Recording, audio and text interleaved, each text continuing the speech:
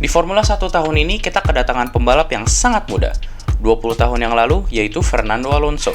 Walaupun umurnya sudah banyak, tapi Fernando masih mau balapan untuk podium.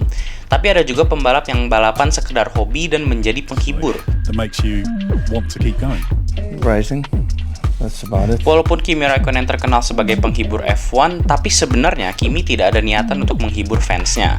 Hanya saja tingkah Kimi berbeda dari pembalap-pembalap lainnya, dan hal itulah yang terkadang membuat kita senang. Di tahun 2020, Kimi mendapat jumlah poin yang sama seperti Antonio Giovinazzi, yaitu 4 poin di akhir musim. Yang parahnya, 2020 adalah tahun keduanya Antonio di F1 dan dia sudah menyamakan poin pembalap yang sudah 20 tahun di F1. Di tahun 2020, poin Kimi juga lebih rendah dari tahun 2019 karena tahun lalu Kimi mendapat 43 poin. Tapi hal ini juga dikarenakan mesin Ferrari yang dirancang sama makhluk ini nih. Selama karirnya di Ferrari bersama Sepp, Kimi juga menjadi wingman sampai tahun 2018. Dan pada tahun yang sama, F1 punya 2 wingman dari Finland. Walaupun begitu, Kimi adalah juara dunia F1 tahun 2007 bersama Ferrari. Dan Kimi sudah 6 kali berada di top 3 klasemen F1. Tapi bagaimana sih bakat Kimi zaman dulu?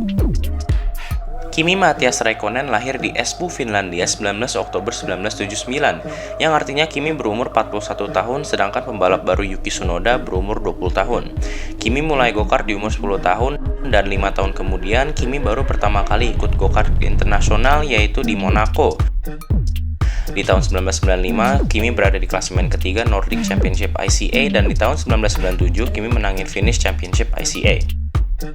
Di tahun 1998, Kimi menangi 3 kompetisi, yaitu Finnish Championship ICA, Finnish Championship ICA, dan Finnish Championship Formula E. Dan di tahun 1999, Kimi berada di posisi kedua di tahun keduanya di Finnish Championship Formula E. Di tahun 1999, Kimi naik ke balapan profesional, yaitu Formula Ford dan Formula Renault Inggris. Di Formula Ford 1999, Kimi dapat posisi akhir kelima, sedangkan di Formula Renault Winter, Kimi mendapat posisi pertama bersama tim Manor Racing yang disebut Manor Motorsport.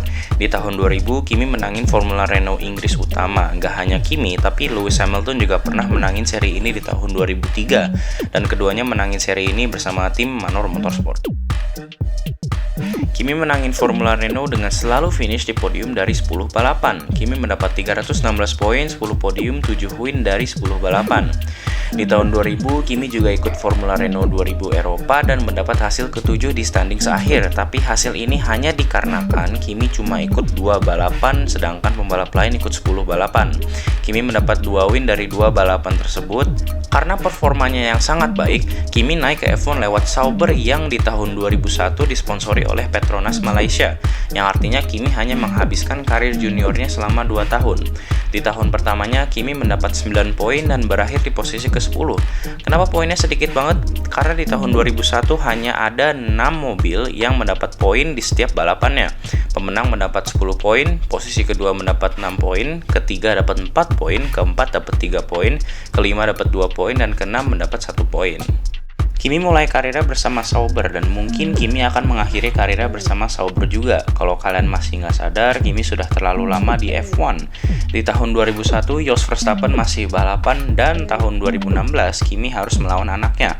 Tapi di tahun 2021 juga akan ada Mick Schumacher yang mungkin hal ini bisa mengingatkan Sebastian Vettel, Lewis Hamilton, dan Fernando Alonso bahwa umur mereka sudah banyak. Di tahun 2010, Kimi sempat retire untuk ikut World Rally Championship dan NASCAR. Tapi karirnya di seri itu tidak sebaik karirnya di Formula One karena Kimi tidak mendapat satupun di kedua seri itu. Pada tahun 2012, Kimi balik ke F1 untuk menjadi rekan tim Romain Grosjean di tim Lotus yang sekarang menjadi Renault. Sejak kembalinya ke F1, Kimi langsung berada di posisi ketiga di antara Fernando Alonso dan Lewis Hamilton. Sedangkan rekan timnya Romain Grosjean ada di posisi ke-9.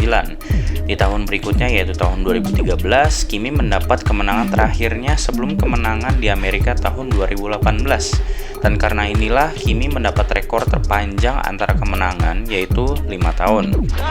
Well done, my friend. Thank you. Finally. Thank you, guys. Dan pada tahun 2019, Kimi kembali ke Sauber yang sudah bernama Alfa Romeo Racing bersama sahabat Mr. KFC, Antonio Giovinazzi. Selama karirnya di F1, Kimi juga terkenal dengan Okay, Kimi, next car behind you is Alonso.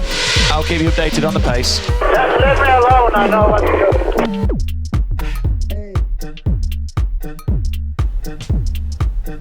Thanks for watching, don't forget to like and subscribe. Kalau kalian mau ada yang request, tinggal komen aja ya di bawah.